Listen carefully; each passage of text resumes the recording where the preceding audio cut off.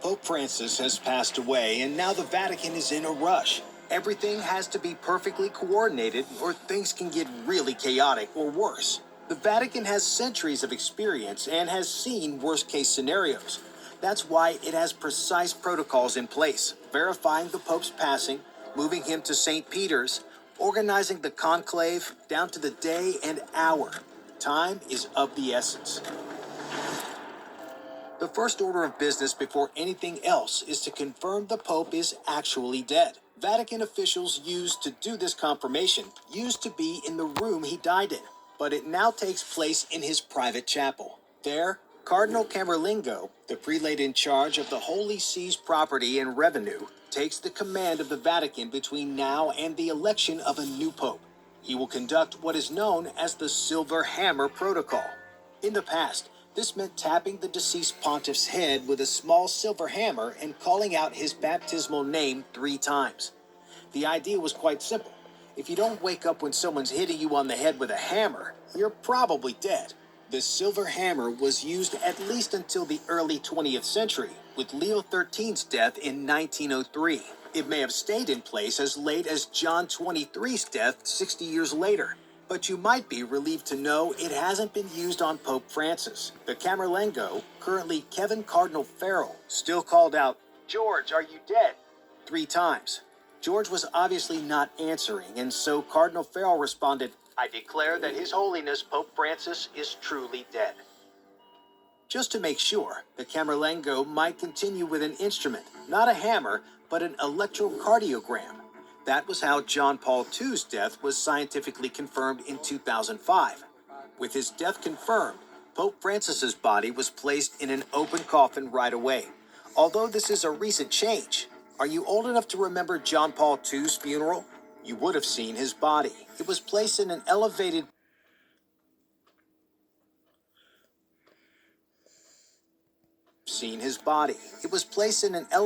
bier called a canaletto, or deathbed. Pope Benedict XVI was placed on one too, but Pope Francis changed that idea in November of 2024. More on that soon. For now, the Camerlengo and his men immediately sealed the Apostolic Palace and began to take care of the Pope's property to secure it from theft.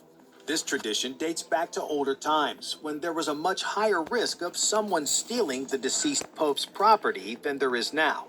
However, some items are purposefully destroyed to preserve the integrity of the Pope's office.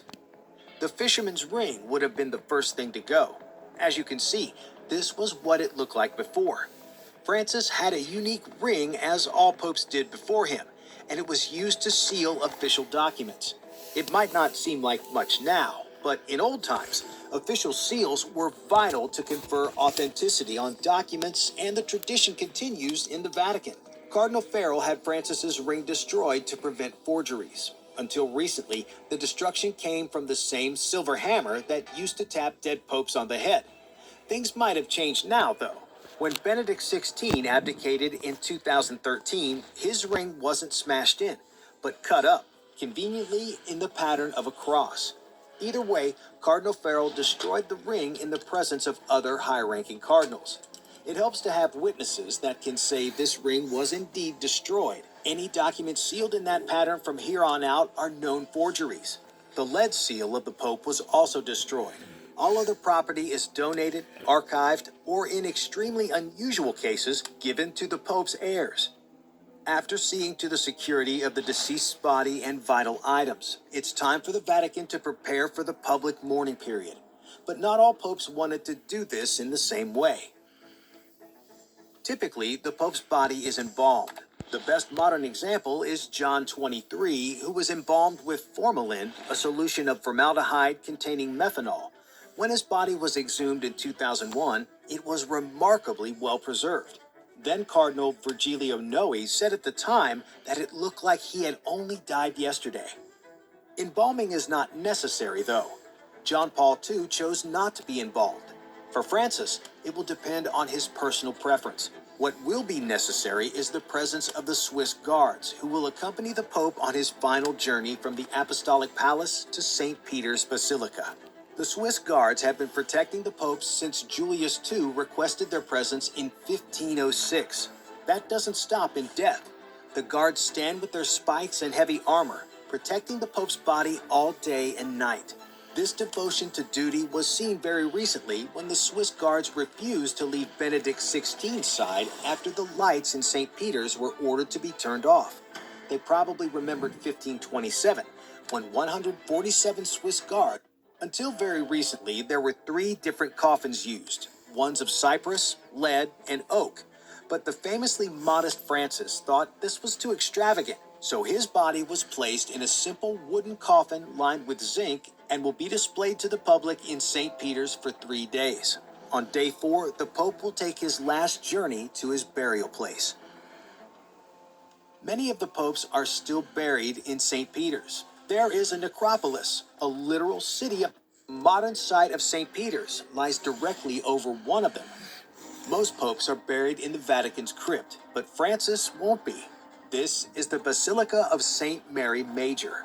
In December 2023, Francis announced that he had chosen it as his final resting place. While this is unusual, it's not unheard of. St. Mary Major is one of the 4 major papal basilicas and one of the 7 pilgrim churches of Rome. Francis has gone to it over 100 times since becoming pope.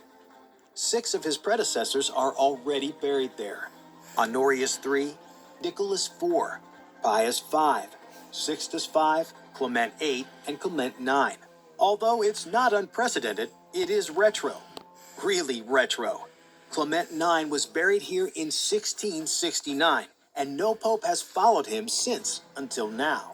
Although the details are naturally kept secret, the pope, even in death, will have more than the Swiss guards to protect him. High-tech surveillance systems keep the Vatican. The Vatican will next turn to a much less certain thing: choosing his successor. A week after Pope Francis's death, the college had an election that took 3 years.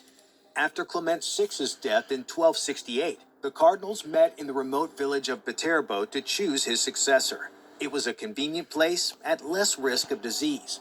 The villagers soon got mad, though. The process was taking too long. They had to resort to leave already. In the end, they chose Gregory X in September 1271. But there was a catch. He wasn't a cardinal. He wasn't even a priest. He was off on a crusade and took 8 months to get to the Vatican. Fortunately, things are a lot less troublesome now, so became a lot more off. The cardinals are sealed off too. Vehicles equipped with jammers to prevent signals from getting through. There will probably be more jammers really fast, taking only a day from March 12th to March 13th.